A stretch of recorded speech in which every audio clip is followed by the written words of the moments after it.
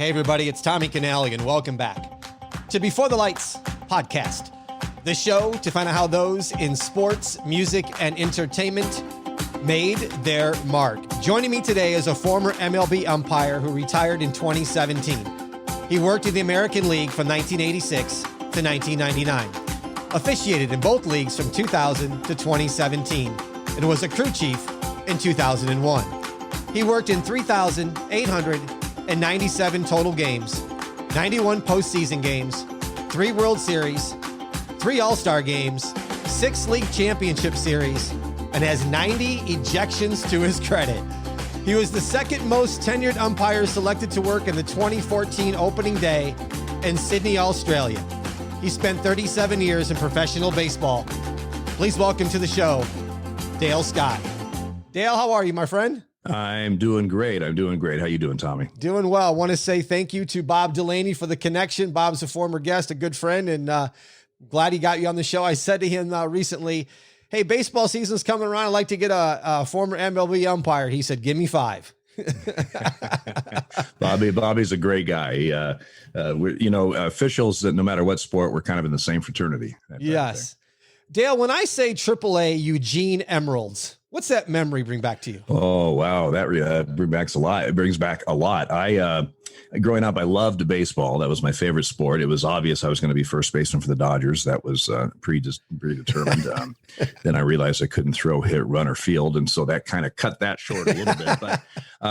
But when I was a kid, the Eugene Emeralds was at that time, the AAA team of the Phillies. And where my dad worked, they had 4 box seats for every home game that, they would disperse or whatever. A lot of times people just didn't use them, but I was always pestering my dad to use the tickets, and we would go to, quite a few games. And my birthday's in August. And so that was always my birthday wish or for a present. I wanted to go to an M's game either on my birthday or if they weren't home then, close to it. But that's where I really, I just loved watching baseball there. Funny story about that is Tommy Lasorda was the manager for Spokane then in the Dodger organization. And a friend of mine and I used to go to M's games, especially when Spokane was there, just to bet on which inning he would be ejected. Because it seemed like, I know it wasn't every game, but it seemed like every game Tommy was thrown out. And certainly almost every game had an argument. In fact, one time we went to a doubleheader and he got tossed both games. That might be a record. It might be a record, exactly. Outside of baseball, let's go back to high school. You went to Henry Sheldon High School there in Oregon. Talk to me about being the lead drummer of the high school jazz band. Well, I started taking drum lessons when I was in 6th grade, and I played through, junior high and high school, marching band. I didn't play a lot of jazz band in the jazz band, but I did also, the stage band. But really, my love was symphonic band. I used to, as a percussionist. Well, first of all, I loved when we would do half times for the football games, and when we do once a year, or at least once a year, we were twice we went to Victoria, Canada, and one time we did a parade in Eugene, but we, marching in parade, that was a lot of fun. But the symphonic band, I really loved playing the timpani. And basically none of the guys that were percussionists wanted to play the timpani. So I said, all right, well, I'll do it. So I really enjoyed it. At one point at that time, I thought maybe I'd go into music in my future, but I guess you're supposed to be able to read it. And I didn't read it that well. I just kept a pretty good beat. So that was my claim to fame as far as drumming goes. You're also a radio personality at KBDF in Eugene, Oregon. And then you have a degree in TV and broadcasting from University of Oregon. Was that a career path you were kind of considering then? Well, I started, as well as being a huge baseball fan growing up, I was fascinated by radio, and I wanted to be a disc jockey. And our high school district had 4 high schools in it. They had a FM station that each high school had satellite studios, and we'd get, X amount of time per day, Monday through Friday. And so I did that a little bit my sophomore and junior year. And after my junior year, KBDF, which was the 1280 AM, it was the #1 top 40 station in Eugene. And this is just right at the end of AM being kind of a thing, and FM really starting to grow into being the preferred band to listen to. But I just walked over to KBDF after my junior year that summer, hoping to maybe get my foot in the door to get a job. Sweeping studios. I didn't care. I just wanted to kind of get in there and feel. And they said, "Oh yeah, we could use somebody." And so the 4th of July, 1976, the bicentennial, I was had my first shift from 3 to 9 in the morning or something, 3 to 8, something like that. But I was on the air. Suddenly I was on the air. I was 16 years old, almost 17, and I loved it. I worked KBDF part-time through my senior year, through 2 years of college. I got the television and broadcast associate's degree, 2-year degree, actually at Lane Community College there in Eugene, thinking that that was a step from radio. You go to television. But after I got the 2-year degree, it proved to me that I didn't want to go into television. It was, radio I enjoyed because I was doing my own thing and I didn't really depend on anybody. With television, you depend on so many people, the directors, floor directors, technical directors, everything. And it was frustrating. Sometimes you'd have something going on and somebody would mess it up or whatever, or I would mess it up. But anyway, radio is what I stuck with, and did that until I went to umpire school. I did some radio myself, had a mobile DJ business at one time. So I appreciate the love of the radio field. Well, it's funny. I was, umpiring baseball, high school baseball and stuff there in Eugene. And I was also a disc jockey at KBDF, which is what all the kids listen to basically. And so I would have like a Friday afternoon game at a junior high. And then that night I just happened to be, they had hired me, KBDF personality, Dale Scott. It's coming to be the DJ at their dance. And so I would be up on stage, playing the music, and you'd have these baseball players that I just umpired a few hours earlier. They look up and go, "Wait a minute, that's the guy who struck me out." And they started calling me that, the umpire with the golden voice. And it was pretty funny. Speaking of umpire, you started age 15. You're in the minor leagues by 1981. What made you pursue to go into being umpiring full time? Well, I really enjoy verbal abuse, and I think that's obvious, Tommy. Actually, you gotta have thick skin. Yeah, thick skin. Thank you. And no, my mother does not wear army boots. I want to clear that up right now. When I started umpiring, I couldn't play. I was terrible. And so going into high school, it was either varsity or JV. And obviously I wasn't going to make anything close to that. A friend of mine suggested umpiring. I hadn't thought of it, but I had watched the umpires a lot, because when I did used to play, I was on the bench a lot, so I had a lot of time to watch the umpires.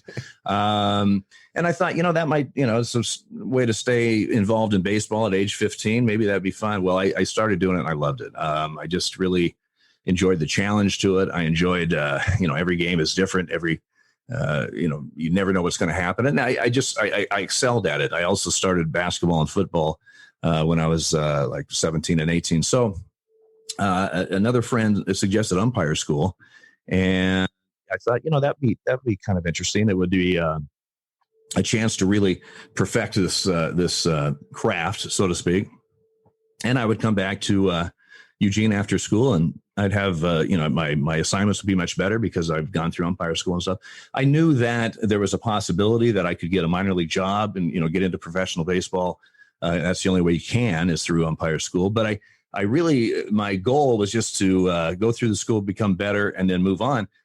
Well, after I'd been to school, it's about a 5-week school. After I'd been there, a couple of weeks, I realized, I think the top 5 in that class was going to go to the advanced school. And I thought, I think there's about 8-10 guys out of this class. It was a small class in San Bernardino, 27 students, but I thought there's about 8 to 10 guys who can make that top 5. And I think I'm one of them. So maybe I got a shot at this, and ended up, I finished 5th, went to the advanced school, and that was the beginning of a long professional umpire career. Before baseball, was there any thought about maybe trying it for basketball or football, or is that just doing those on the side? Well, it's a different pathway for those. Only baseball has an actual, the only way you can get into professional baseball is to go to one of the 2 umpire schools. I loved football, but I really never considered those other two sports as a pathway, as a profession. Baseball jumped up. I had the thing is once I had that opportunity, which is so rare, to land a spot in the minor leagues and start that hopeful journey to the big leagues. And most people don't make it because, they're weeded out or they quit or whatever. But I thought, but it's a once in a lifetime opportunity, basically. You got one shot at it. I was 21 years old and I thought, what the heck? Not everybody gets this shot. I'm going to, ride this wave as long as I can and we'll see where it goes, because I always knew I could go back to radio. I still, television was out there if I wanted to do that. So I just thought, let's go for it. Let's try it. And then it just skyrocketed real quickly. Once you go into umpire school and you went to Bill Kinnaman school, does an umpire have to go back to umpire school after each year in the minor leagues to continue to work to get to the MLB? No, umpire schools.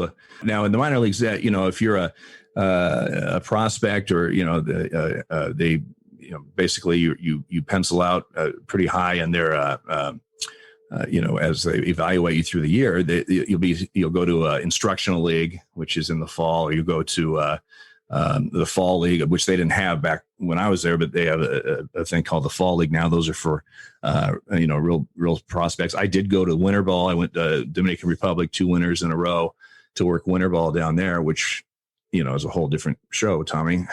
I can talk about that. I actually have a question on that, but while you're there, speaking of that, talk about a mid-January night, 1986 in Santo Domingo, and you went to the refrigerator to get something to drink.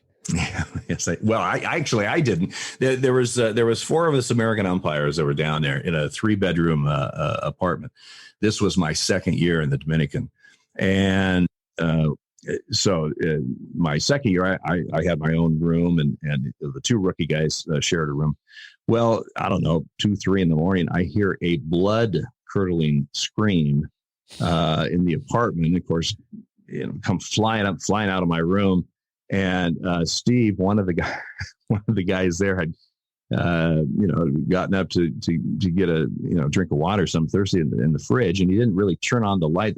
There's a back kind of porch light that kind of lit up the kitchen enough, like a nightlight almost. So he just wandered over to the refrigerator, just in his boxers. He opens the fridge, and there was a rat that was on top of the fridge that Steve had startled. And trust me, the rat startled him much more. But this rat startled and jumped down. The door was open. Now you have the fridge light on also. And this rat jumped onto the top of the door that was open right by his hand, jumped down to the floor, and then scooted out this back porch area. Well, that was the result of the scream, or that caused the scream. And poor Steve, he was a little rattled. Let's put it that way. And I don't blame him. I mean, if that had been me, I think the scream might have been heard all the way from the Dominican to back to Oregon. I don't know. But it was blood curdling. It was extremely, at first, concerning, and then extremely funny after that. Oh, and by the way, we always turned on lights anytime we wandered the halls at night. After that. Yeah. Dale, what is the process of a pregame routine for umpires? What time do you guys have to get to the field, and what goes on before you guys actually come out on the field? Well, we work as crews, and so you're working with the same guys day in and day out, unless somebody gets hurt or is gone for a graduation or something. But for the most part, you're with the same guys the entire season. And so you don't need a lot of pregame because you're working every day, and you're going to end up working 135 games, something like that. So by our working agreement, we have to be at the ballpark no later than 1 hour before the game. Most of the time we would get there about an hour and a half before the game. We have our own, umpire locker room that's our office, so to speak. And that's, just to kind of unwind. A lot of crews play cards. Guys have different routines before games or whatever. But, we're there about an hour and a half before the game. And then, after the game, and our clubhouse, we have a clubhouse attendant just like the teams do. And, they have they have food for you before and after the game, and of course, drinks and everything you basically need. If you're leaving tickets, they'll help you out with that. If you have family or friends in town that you're going to bring them down to the locker room before the game to say hello or something, he'll facilitate that and that type of thing. So that's we just kind of hang out and relax and prepare mentally and for the upcoming game, and then we walk on the field. We only have to be on the field 5 minutes before game time just to do the lineups, and away we go. When you're working first base, there has to be an art to it. Is it as simple as, and it's not simple, but is the art looking for the foot and listening for the ball popping in the glove? That's exactly it. For a force play, any force play, that's your mechanic. And people say, well, how can you hear the glove pop, especially in a loud stadium? But you can. The times it is difficult is, for example, a pitcher covering first, and there's just a toss, or a second baseman's charging in on. He's just going to kind of toss the ball. You don't have much of a sound when the ball's caught. And so in those situations, you want to be far enough away so you have a good perspective of what's going on. And you just have to listen and see when he caught it, which, it's a skill, but yeah. And you're just watching, if the sound's before the foot hitting the base, he's out, and it's vice versa the other way. And to clean this up, there is no such thing as a tie goes to the runner. The rule is was the ball received before he hit the bag, and if he had hit the bag and received at the same time, then it wasn't before he received, so he would be safe. Makes sense. Your strike three call has been somewhat iconic, and people know when you were behind the plate. How did that develop? Well, it's iconic. Pitchers love it, hitters hate it for the most part. Guys, mechanics, and specifically, how they call outs or safes, or obviously calling strikes, is personality. It's a combination of things. It's a person's personality. My strike call evolved from watching other guys. When I first started in the minor leagues, I had a very long, drawn out vocal with my strike call, similar to kind of like Dutch Rennert, an old, at that time, a current National League umpire that I kind of emulated a little bit, but that ended rather quickly. I soon realized I don't need to be yodeling out there every time the pitch was a strike, and so I kind of I shortened my voice on that. I kind of changed some things as I moved up through the ranks, and again worked with people or saw guys how they worked, and kind of took bits and pieces here and there, and it just kind of evolved to what I ended up with. And I was an umpire that went off to my side, to my right, when I called strikes, and on strike three I thought, well, I need to do something a little bit different. And so instead of the right, I would step back and go across my body and punch him out. And I got to say, it's been very, I get a zillion comments. I still, obviously not nearly as much. I've been retired, but I still do when I meet umpires or talk to umpire groups or whatever, get compliments about my strike call. And it's funny. I'm happy about it, but it is funny how it seemed to distinguished itself through the years, and I had the same one. Once I kind of evolved, I had the same strike call for 15 plus years or so. It was pretty steady. So listeners, I will put a link in the show notes to a video of Dale's strike three call. You can take a look at it there. Now let's be honest. It's not the best. There's some guys out there that have, Tommy Hallion is unbelievable. I would throw out my back just one Tommy Hallion strike three call, I think. And Tommy and I are about the same age. So I don't know how he does it day in and day out, but he does. But yeah, and again, baseball is kind of, the personality part of umpires has been tampered down a little bit. They're more mechanical now. Guys are more mechanical now. It's kind of the trend of how things are going. Not everybody, but you can be too much to the one side, just too theatrical and out of control. But I do think it's a little bit more fun than if you have a little bit of a personality attitude instead of a real boring, just mechanical thing. You wore uniform number 39 and then changed it to 5.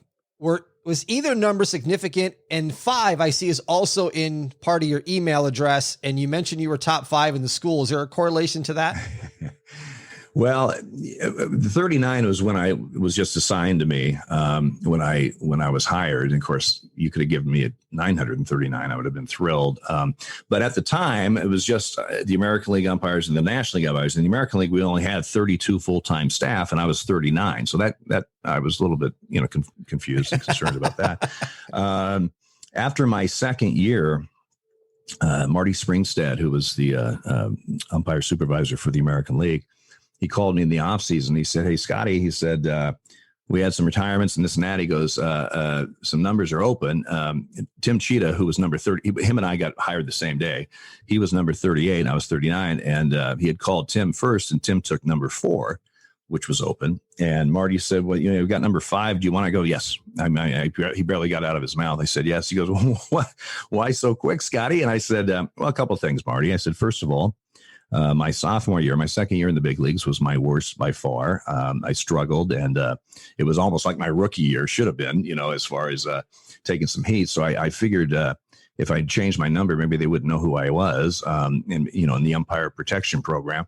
I also said, "Marty, let's be honest, it's a staff of 32. I think 5 makes me much more comfortable than 39. And I said, and finally, I'm sure baseball will love to hear this, but 39 is not on the roulette wheel.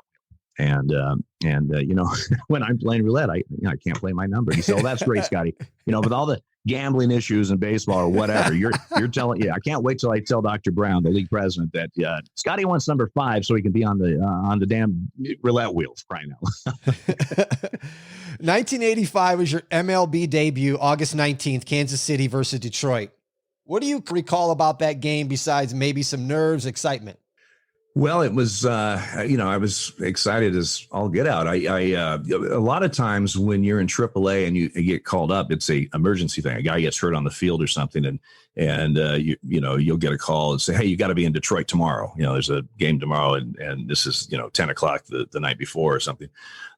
This one was a makeup game from an earlier rain out during the season, where both clubs were burning a day off, coming into KC to play one game and then leaving, which means a crew is, getting screwed out of the day off, but they have to go in and work a game. So one of the guys on the crew was off that week, the week prior, and he was supposed to come back on Tuesday in Oakland with the crew. And they said, instead of going to KC for one, just go to Oakland on Tuesday and we'll get somebody to fill in on the game. So that's how I got the assignment. And I got the assignment like 4 days before I was going to be there. So I had time to really think about it and worry about it and stress about it. I was in Omaha. And so when you are called up to the big leagues, you get to fly first class. So my, 15-minute flight from Omaha to Kansas City, I was in first class. So that was cool.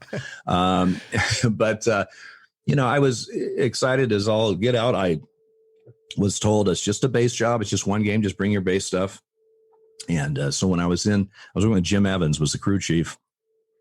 Danny Morrison and Teddy Henry were working the game also. And we got in the locker room in KC, and it's a beautiful stadium, and I'm excited, I'm nervous, I'm going to have third base, it'll be fun.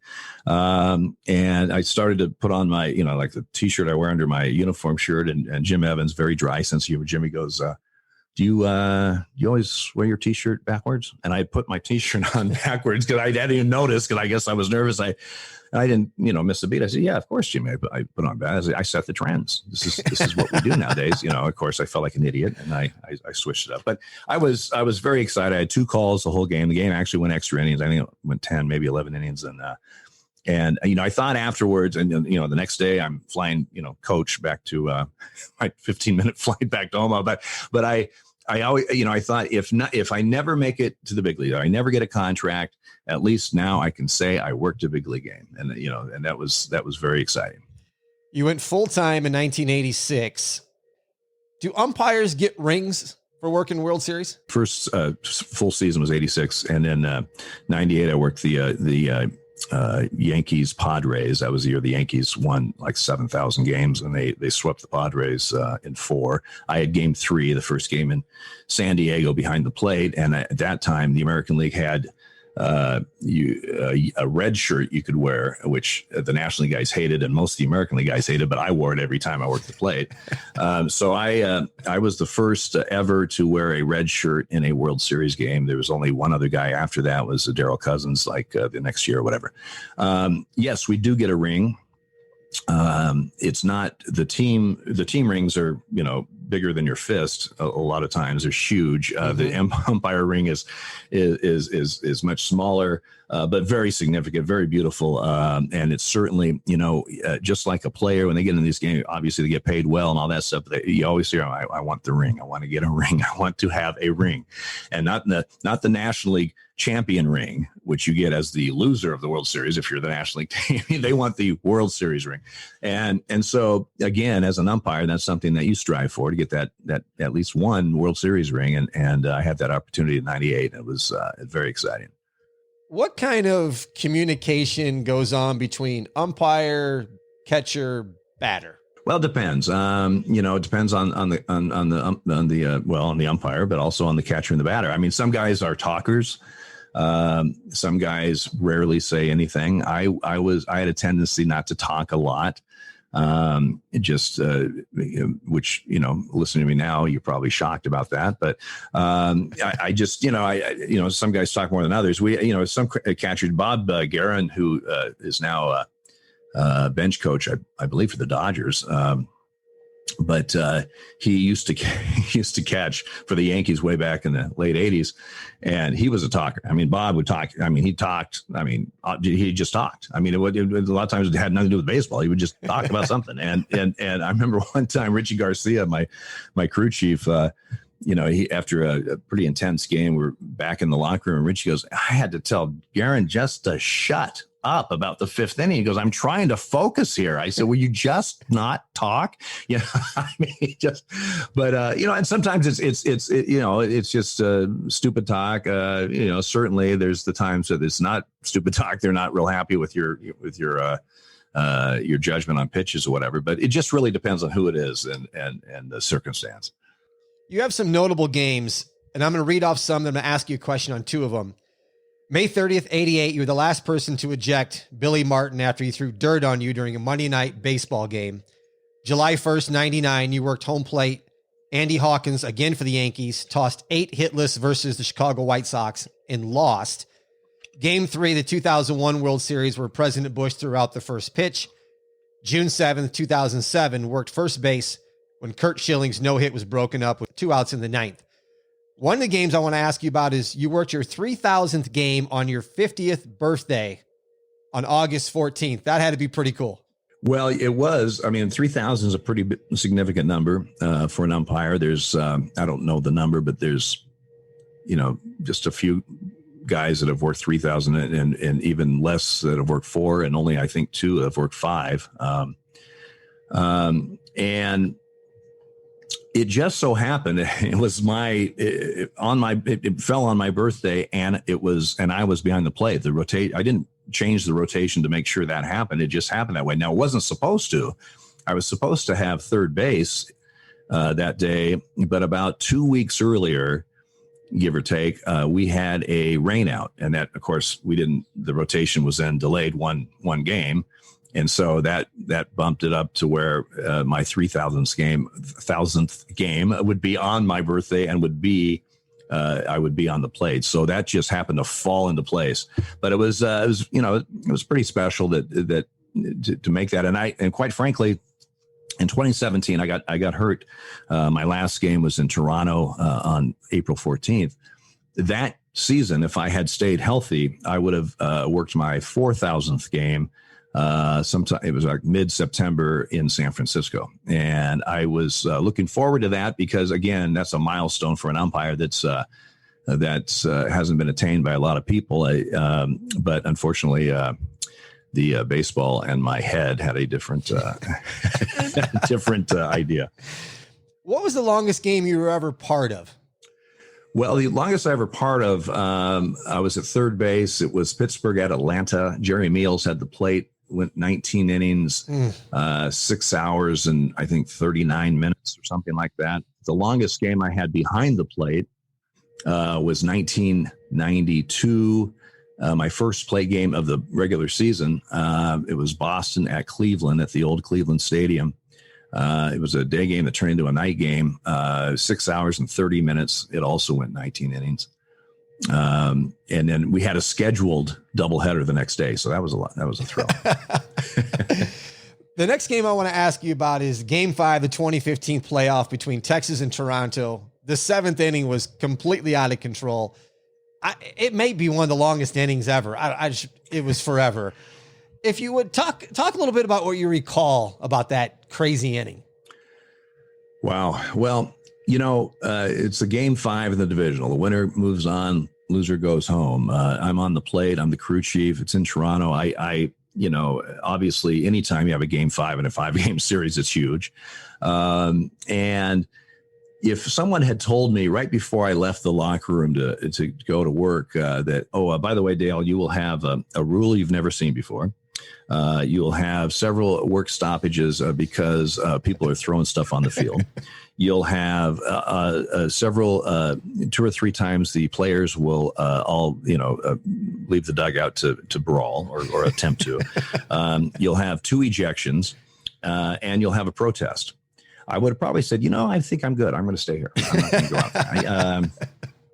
Because that if you knew that was coming up, it would it was just a bizarre set of circumstances. It all happened basically in the one inning, in the 7th inning, which took over an hour, and we saw a little bit of everything in that inning. And it was just and as an umpire, and especially one that with a lot of experience, you learn no matter how crazy things were going, and it was crazy and it was loud at Sky Dome or Rogers Center that with the roof shut and people were fired up.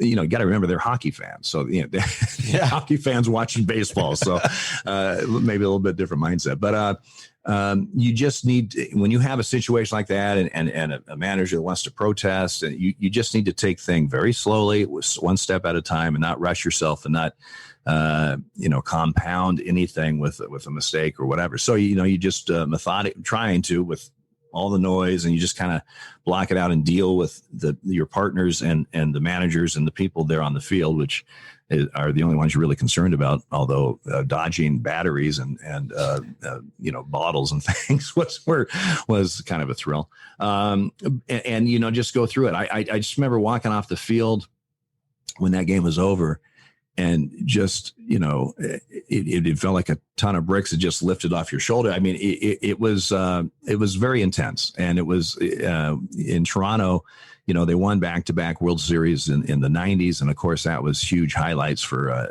baseball fans in Toronto. But I've done some pregame shows for the Toronto Blue Jay Sportsnet up in Toronto.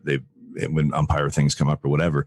And they still talk about that game almost, if not more, because it's more recent, I guess, than the World Series wins, just because it was such a dramatic, unbelievable game. And as a sidebar on that, the next year I had Toronto in Texas.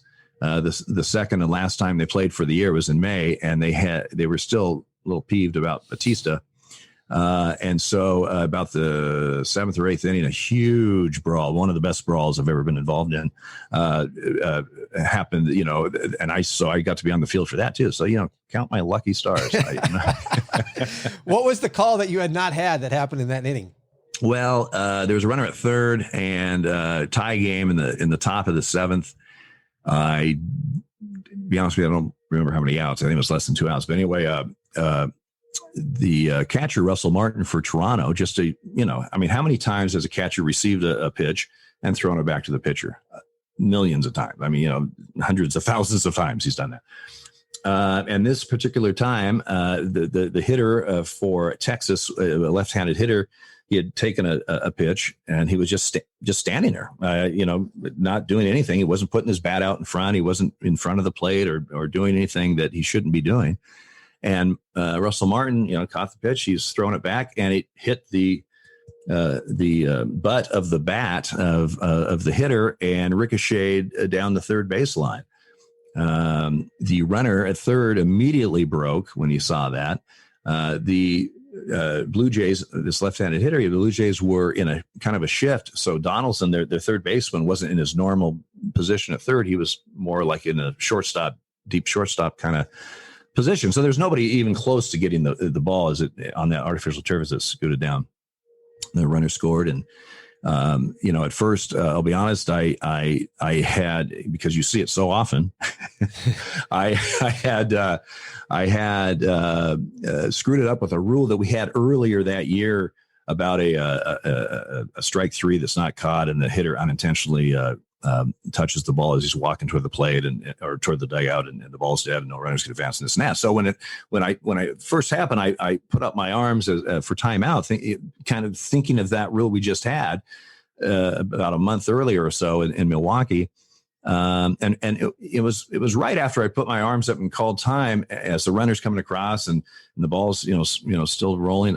In my mind, I thought, whoa, that's a live ball. That's a live ball. That's not a dead ball. And of course my arms are up. So I'd already killed it. So immediately I was pretty confident I had screwed this up. So I called in the crew, the other five guys, as we are to do a crew consultation. And I said, guys, and I turned off my mic because they have me mic'd off. And I said, guys, I think, I covered my mouth as I talked to them because I don't want reading lips. But I said, I think I just screwed up. I said, I killed that ball. That ball's alive. And they said, yeah, that ball's alive. And so I just double checked with them. Although I knew the answer, I said, me calling time didn't have anything to do with the Blue Jays not being able to make a play on that runner. In other words, if I had not called time, with the same thing had happened, and absolutely it would have. There was no fielder even close to the baseball. Plus, like I said, the runner broke right when it happened. There was no real delay at all. So I said, you know what? I'm going to score this run. Because I'm not going to, because of my screw up, I'm not going to, and now if there was any doubt that a Blue Jay may have had a shot at him and then my calling time stopped that, I would have had to send him back, and I would have had to take the heat for that. But we knew that wasn't happening. I said, I'm going to score this run. I'll take care of John Gibbons, the manager for Toronto, because I had a feeling we'd have a discussion. And I said, strap it on, guys, because here we go. and go we went. It was Yes. It was quite a delay. 2014, you came out as gay, first openly gay umpire in the MLB, NFL, NBA, NHL, and MLS. When I read some articles, it sounded like MLB knew a long time before you decided to come out. When did MLB know? Well, I never officially told MLB. I did everything I could. Mike, my husband now, but I met Mike after my first year in 1986, in October of 86. So we've been together this whole time. And our contract in 2004 or 5, or no, maybe 2010, whatever, but right around there, we were finally able to have on our insurance registered domestic partners, male or female. It was something that was now a benefit that we could tap into. And of course, before that, I couldn't do it. But let me backtrack a little bit. I was hiding my sexuality in my baseball life. I certainly wasn't in the closet at home and with friends, with family and things, but certainly with baseball. And I did for years, when I first started and everything. But toward the late 90s, right around 98, 99, a couple umpires that I worked with just out of the blue kind of approached me in a very, nonchalant way and just saying, hey, I know you have a little different lifestyle, and I just want you to know I don't care, and I'd walk on the field with you anytime, and this and that. So that kind of broke that defense mechanism over a couple of years that I had. And so, it was pretty obvious, the staff knew, and by virtue of that, the front office knew, the people that signed my checks knew, but it was never really discussed. And then when this contract thing happened where I could put Mike on my insurance, I did that. And they sent him a spouse ID, or, an ID that, the wives get it. He had one also for when he would be at ballparks or whatever. So they were fully aware of what was going on. in 2013, Mike and I legally married. And so we were now married. So this was the next year in 2014 when I came out, and I just figured, I was an established veteran umpire. Obviously the league knowing about me for the last, 15 or so years, hasn't affected my, they certainly didn't have a problem with it. I mean, I was promoted to crew chief. I was working the playoffs almost every year. Obviously that wasn't an issue. So, and I thought, it was time to come out. I mean, we as a community had worked so hard to get equality in marriage, and then finally it gone through the Supreme Court. It was happening, and I thought it was kind of hypocritical for me to still, hide in the closet. I'm married to a man that I've been with for years, and it just didn't make sense to me. And so I came out, and it was, quite frankly, it was very, very positive. The remarks and the emails I got, and it was all very, very positive. Great. Will you speak regarding then the power of visibility? It's unbelievable. I didn't have someone that I could look up to as I was growing up. I realized for myself when I was about 19 that, hey, you're gay. Okay, now I get it. Now it makes sense to me. I mean, that's when I kind of came out to myself. But I didn't have any real role models or anyone in baseball, like in umpiring or officiating, that I could look up to. And so when I came out, I got hundreds of emails, and from all types of people. First of all, officials for football, basketball, baseball, soccer, all throughout the country and throughout the world. Really, I got emails from everywhere, but saying, "Hey, I'm not ready to come out yet, but your story puts me one step closer," or that type of stuff. My favorite story is a senior in high school in the LA area messaged me. He was a baseball umpire. His goal was to someday work in the big leagues, and he was gay, and he wasn't out, but he was gay. And he thought there's just no way that I'll ever work in the big leagues because I'm gay. Well, then I came out, and he heard my story, and he messaged me, and he said, now I know that I may not make it to the big leagues because I don't have the talent, but it's not because of who I am.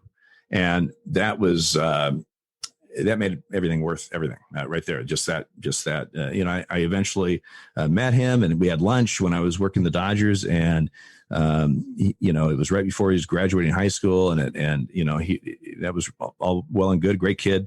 A few months later, right before he was going to college, I was in LA again, and we had lunch, and he said, I said, "Hey, last time I was here, you almost graduated. It was like a week away. How'd that go?" And he goes, "Oh, it went great. Because of you, I came out to everybody."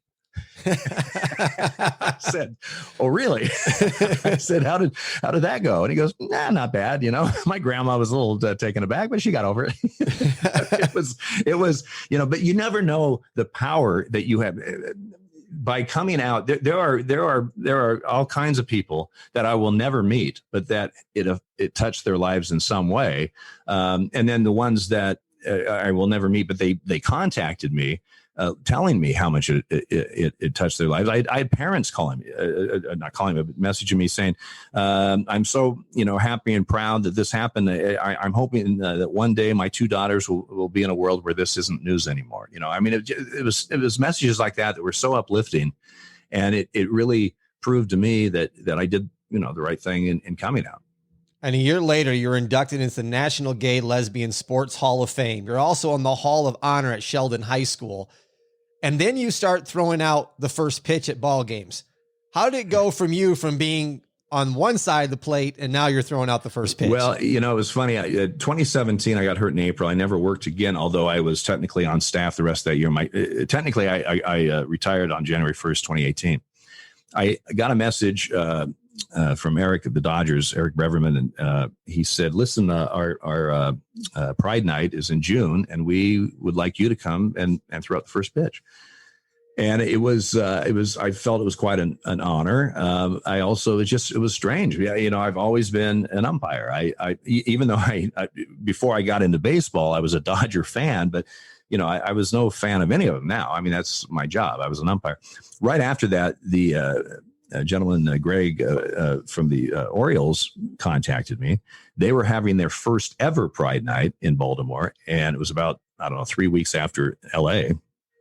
And he wanted me to throw out the first pitch there. So I, when I told Eric, when he contacted me, I said, I can do that, but I'm an umpire. I don't throw. That's why I umpire. I said that maybe we could, I always handed the ball to the catcher. Maybe we just have a catcher there and I can just hand it to him, but, it was really quite an experience. The strangest thing about it was, they have a jersey at, the Dodgers are the first one. I have a Dodger jersey. They put my number 5 on it, and my name, Scott, on the back. And it was so strange putting on a player uniform, because that's just sacrilege. I'm an Oregon Duck fan. I have Duck shirts and stuff. I'm a Miami Dolphin fan. I have Dolphin stuff, Portland Trailblazer, whatever. But I never wear baseball for any team stuff, because you just don't do that. It was so against the grain of anything I'd ever thought of. And so that was just, it was just really strange putting that on. Then I go to Baltimore, and the same thing. There's an Oriole jersey with the number 5. And as I put it on, the guy goes, by the way, you're the first guy to wear an Oriole number 5 since Brooks Robinson. I said, well, talk about putting some pressure on me. Now I got to go out and throw from the mound, which, by the way, I'm not, very good at. And, Brooks would, he was unbelievable. But you're telling me that since Brooks Robinson, I'm the only guy to wear this. That's a lot of pressure. Let me tell you. But it was great. I enjoyed it. I was very honored for them to ask me to do that, and it was a different experience for sure. Take me out to the ball game. Heard it enough, or you still can't get enough? Yeah, I heard it enough about 1983. I think. I kind of figured.